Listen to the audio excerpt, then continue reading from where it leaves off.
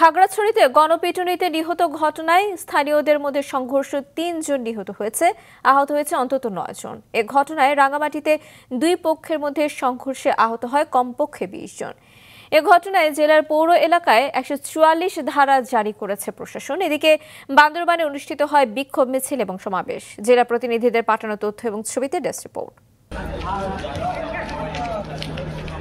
রাতভর এভাবে আগুনের লেলিহান শিখায় ছেয়ে যায় খাগড়াছড়ির দীঘিনালার লার্মা স্কোয়ার এলাকা। বুধবার গণপিটুনিতে একজনের মৃত্যুর জেরে অন্তত ৩৭টির মতো বাড়িঘর ও দোকানপাটে আগুন দেওয়া হয়।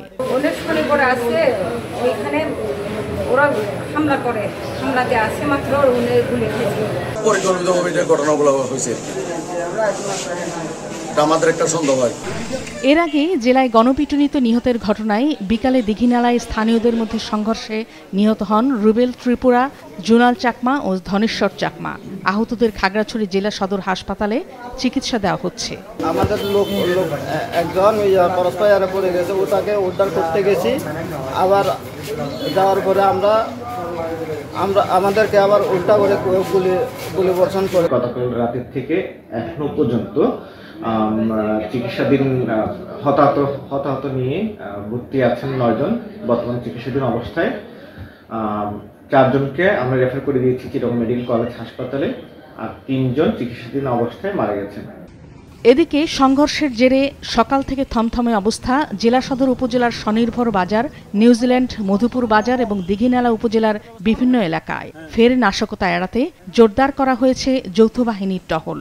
ক্ষতিগ্রস্ত এলাকা পরিদর্শন করেন জেলা প্রশাসক মোহাম্মদ শহীদুজ্জামান, দীঘিনালা সেনা জোনের অধিনায়ক লেফটেন্যান্ট কর্নেল ওমর ও পুলিশ সুপার আরিফিন জুয়েল। কারা ক্ষতিগ্রস্ত হয়েছে, কি পরিমাণ ক্ষতিগ্রস্ত হয়েছে সেগুলো অ্যাসেস করে এই ক্ষয়ক্ষতির পরিমাণ নির্ধারণ করে আমরা তাদের ক্ষতিপূরণ দেওয়ার সর্বোচ্চ চেষ্টা করব। আর আমরা এখানে যেটা বলা হয়েছে, একটা কমিটিও গঠন করা হয়েছে যাতে এই ঘটনাকে কেন্দ্র করে অন্যান্য উপজেলা বা অন্য কোথাও যাতে এর উত্তেজনা না ছড়ায় সে ব্যাপারে আমরা কাজ করছি। অন্যদিকে খাগড়াছড়িতে এমন সহিংসতা ও মৃত্যুর ঘটনার প্রতিবাদে রাঙ্গামাটিতে বিক্ষোভ মিছিল বের করে পাহাড়ি বিভিন্ন শ্রেণী পেশার মানুষ। মিছিলটি বনরূপায় এলে ইটপাটকেল ছড়ে একদল দুর্বৃত্ত। এতে বেঁধে যায় দুই পক্ষের মধ্যে সংঘর্ষ এবং আহত হয় অন্তত ২০ জন।